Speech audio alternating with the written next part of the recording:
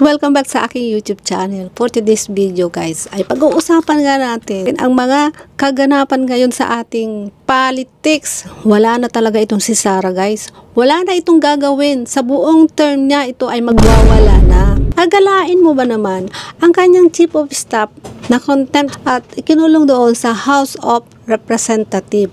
Ang ginawa niya, pinuntahan niya doon. Gusto niyang samahan itong si chief of staff niya na si Lopez. Ang masasabi ko lang sa'yo, punyeta ka. Dapat, nung nag-hearing, ay uma-attend ka. Kung ikaw ay umattend dyan, edi wala sanang Attorney Lopez na kulong, no? Dahil sa kagagawan mo, yung chief of staff mo ay napapasama.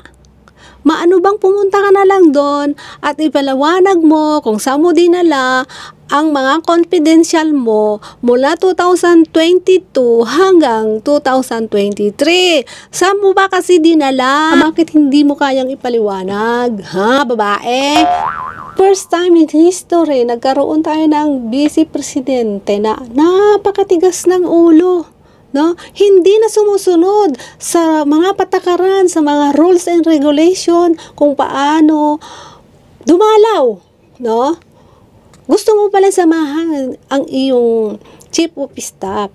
Bakit nung nasa hearing, dapat simula pa lang doon, sinamahan mo na siya at nung makontempt na siya, kung gusto mong sumama, edi sumama ka. Hindi mo sila sinasamahan. Tapos ngayon, gusto mong samahan ang iyong chief of staff. Ano ang motibo mo? Bakit gusto mong samahan? Dahil natatakot ka ba na baka kumanta na itong chief of staff mo at sabihin ang mga nalalaman niya dahil sa mga pinaggagawa mo? Yung ba yun? Napakasimple lang naman. Ang tanong ng Quadcom, ipaliwanag mo kung saan mo dinala ang mga confidential fund mo. Di ba yun ang gusto nilang malaman? At yung mga tinatanong sa'yo, ayan din ang mga tanong ng mga Pilipino. Walang hiya ka. Ang pinapasahod sa'yo, buwis galing sa mga tao, nagpapakahirap yan magtrabaho. Bago pa man maiuwi ang mga sweldo, may mga kaltas na yan. Tapos ganyan ka, hindi ka sumusunod kung ano ang mga patakaran dyan sa Kongreso? No? Alam mong bawal mag-overnight. Anong drama yan, Sara Duterte? Inuubos mo na ang resources. Alam mo ba yung mga pagpunta-punta mo dyan? Mga sergeant of arms kailangan mag-overtime. No? Imbis na uwi na sila sa pamilya nila, siyempre babantayan ka pa. Ganyan ka, nagpapaka-importante, punyeta ka. Sumusobra ka na ha.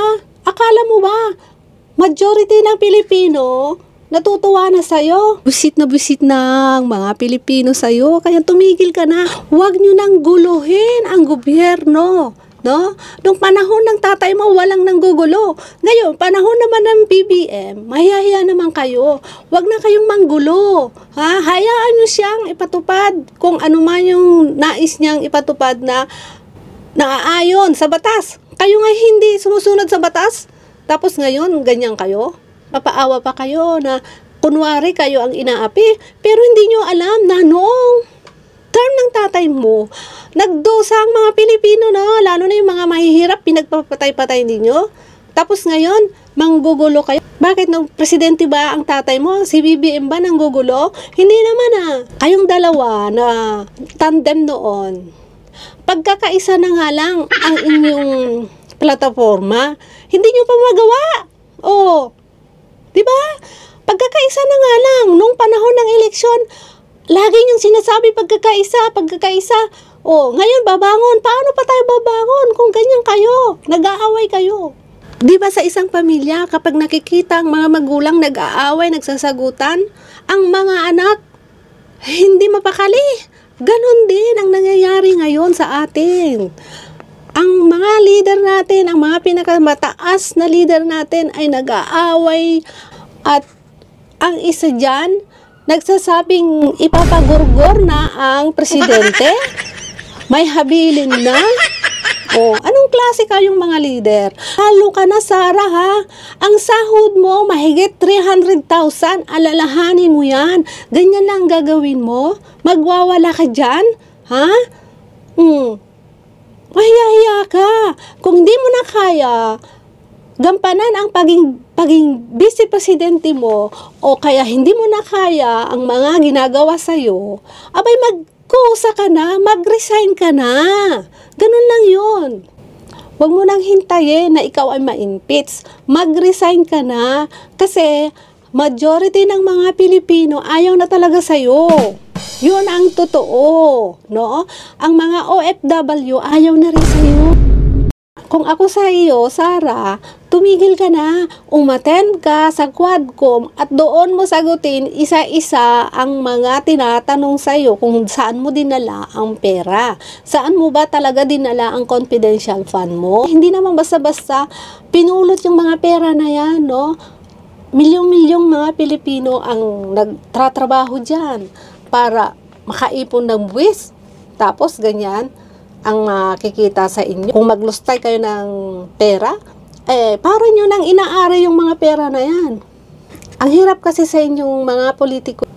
Akala nyo na, kayo na talaga ang mga hari at reyna. Hindi kayo hari at reyna. Mga utusan kayo dyan, mga pasweldohin, kaya magtrabaho kayo, kumilos kayo ng tama, hindi yung ganyan, nag-aaway kayo, tapunan ng baho dito, tapon baho diyan. Hay nako. Paano tayo babangon kung puro kayo away? Imbis na babangon tayo ay hindi na tayo babangon kasi ang mga leader natin ay nagpapatayan na. Oh, kalahin mo yan.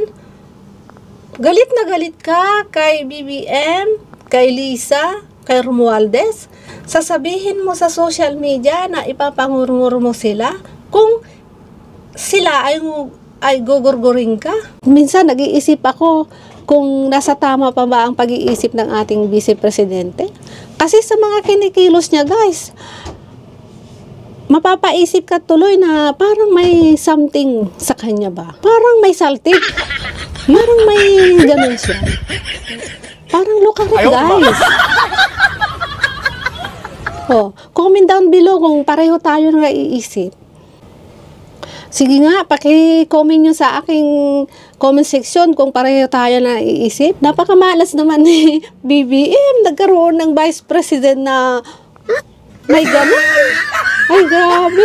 So, yun lang, guys. Ayaw ko sanang mag-komentary sa issue na ito dahil ayaw ko ng mga magugulo.